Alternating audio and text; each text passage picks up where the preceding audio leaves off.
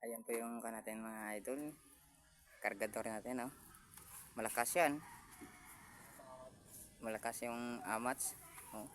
Kita mo yung pang kanya tali niya ng kanyang luna. Pag na kanya basa yan, in charge sa kanya.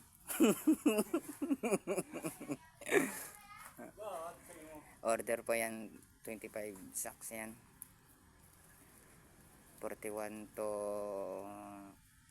40 kilos po yung bawat sako. Yung bigat po yan. Ayan po yung natin, kargador. Ayan na lang po yung sa truck natin, konti na lang kasi pinangkon sa pick up lipat. Ayan po, konti na lang, aalis na naman to sa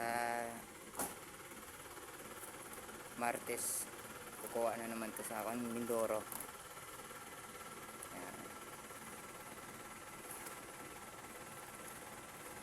Ingat sa pag drive. Ingat mga idol.